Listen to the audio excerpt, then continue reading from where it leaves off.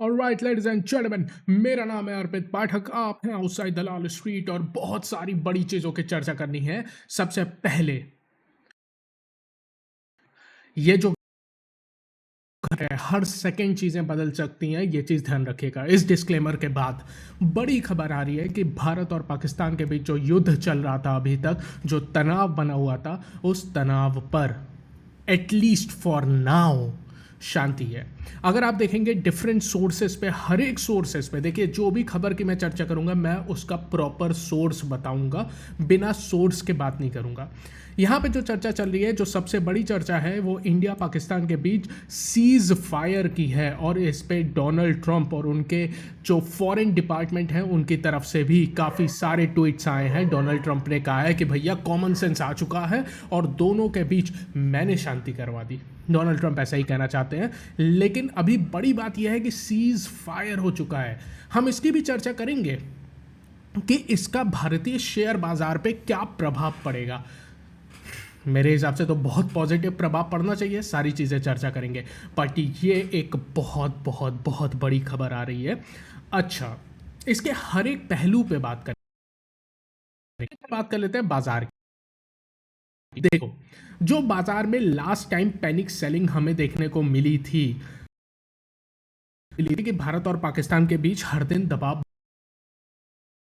अगर ये cease fire टिका रहता है। देखिएगा, एक चीज समझिएगा, युद्ध के समय में हमेशा खबरें बदल सकती हैं, ऐसा रिजिड हम नहीं हो सकते। लेकिन अभी जो खबर आ रही है इस मौके पर, उसके हिसाब से अगर सीज फायर बना रहता है और आगे युद्ध नहीं बढ़ता है, ये शेयर बाजार के लिए बेहद बेहद बेहद पॉजिटिव खबर है। और शायद इसीलिए हमने 24,000 को अभी तक डिफेंड किया है, हम बड़े सपोर्ट को डिफेंड कर पाए हैं।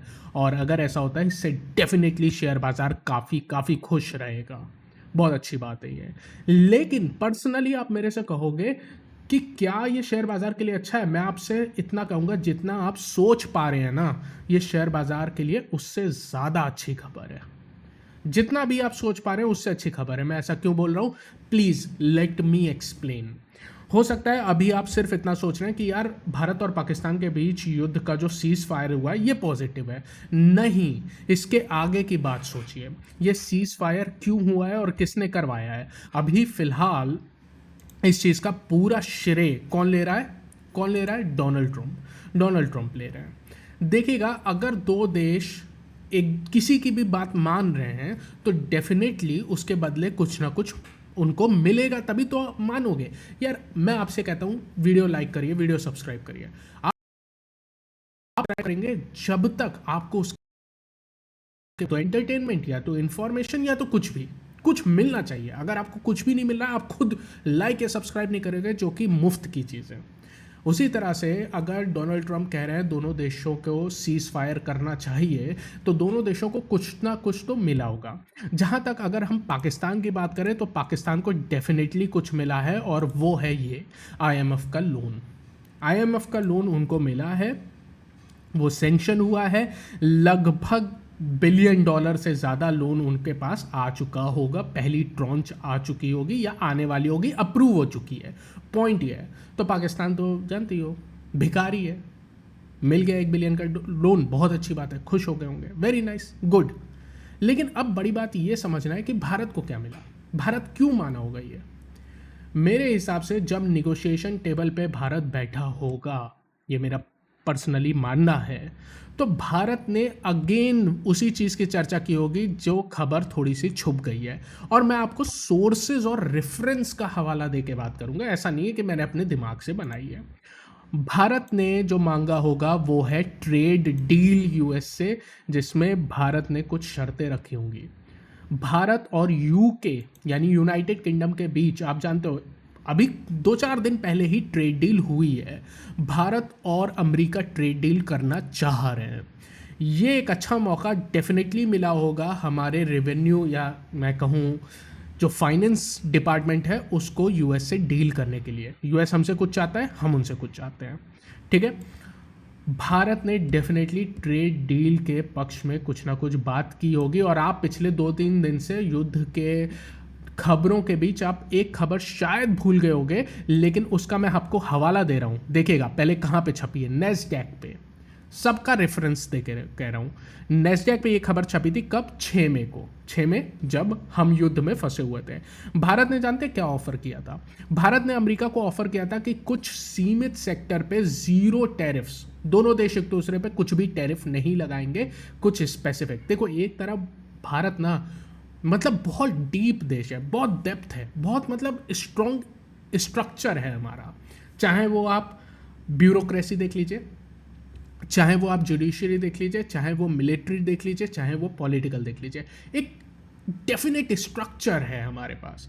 हम मल्टीपल फ्रंट पे ऑपरेट करते हैं। जी हाँ, मैं मानता हूँ कि बहुत सारे फ्रंट पे आप मानते होंगे कि हम उतना अच्छा काम नहीं करते यार, वहाँ पे कुछ ना कुछ परेशानियाँ हाँ है, लेकिन ओवरऑल अगर आप देखोगे हम हर एक फ्रंट पे अच्छा काम करते हैं। अगर आप नेट बेसिस पे देखो, एक तरफ जहाँ पर हमारी मिलिट्री, हमारी पॉलिटिकल गवर्नमेंट, एक तरफ उसका एक विभाग जब युद्ध में पूरा फोकस होकर पाकिस्तान की बैंड बजा रहा था, वहीं पे दूसरा डिपार्टमेंट ट्रेड डील की बात कर रहा था। वहीं पे यूके से ट्रेड डील हो रही है, वहाँ पे यूएस से ट्रेड डील की बातें चल रही है। और आप देख सकते हैं भारत ने यह कहा था कि हम 0 to 0 टैरिफ करेंगे और स्पेसिफिक सेक्टर्स की बात कही थी। उसके बाद आप देख सकते हैं कि अगेन भारत ने मल्टीपल टाइम ऑफर किया है। India offers 9% tariff cut. कहाँ पे छपी है पहले रेफरेंस देख लीजिए। ये खबर जो निकली है वो investing.com पे निकली है, ठीक है, रिलायबल सोर्सेज है डेफिनेटली। ये जो सोर्स आ रहा है वो रॉयटर्स के हवाले से आ रहा है, तो रिलायबल है। भारत अगेन ट्रेड डील की बात कर रहा था। तो देखिएगा ये जो सीज फायर हुआ ना, अब मैं आपको मोटे मोटे तौर पे बताता हूँ। भारत ने पाकिस्तान की बैंड बजा दी, लिटरली बैंड बजा दी। मतलब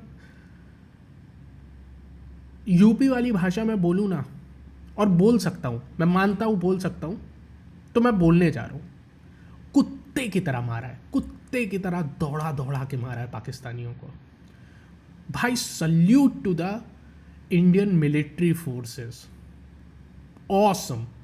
और जब हमारी सेना की 2 महिलाएं आके वहां पर इंटरव्यू दे रही होंगी, तो सोचिए पाकिस्तान के आवाम में क्या हो रहा होगा। भाई salute, salute to the Indian army, salute to the Indian air force, salute to the Indian navy, salute to everyone who is related to military. Awesome, incredible job. हमने ठोक दिया, हमने ठोक दिया। और ठोकने के बाद हमने डेफिनेटली यूएस से इंपॉर्टेंट नेगोशिएशन किए हैं। रातों रात कुछ भी नहीं होता, रातों रात आप मान के चलिए। जो लोग कहते हैं अरे तू कहाँ हुई ट्रेड डील, वही लोग कल कमेंट कर रहे थे कि अरे भारत कुछ नहीं कर पाएगा, भारत ने बैंड बजा दी। देखिएगा कमेंट सेक्शन। पॉइंट ये है कि आने वाले महीने 2 महीने बड़ी चीज़ है यार, ये लंबी सोच। मैं मानता हूँ मेरी audience definitely is super educated, super smart. मान के चलिए कि आने वाले कुछ महीनों के अंदर, ये चीज़ें रातों रात नहीं होगी, कुछ महीनों के अंदर आपको भारत और अमेरिका की ट्रेड डील देखने को मिलेगी। और भारत ने वहाँ पर कुछ शर्तें अमेरिका से मनवाई होंगी इस सीज फायर के अगेंस्ट।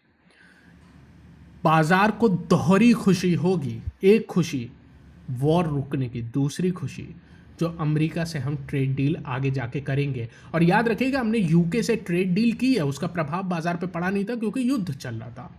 वो ट्रेड डील हो चुकी है, अमेरिका के साथ होगी, सीज फायर हो रहा है।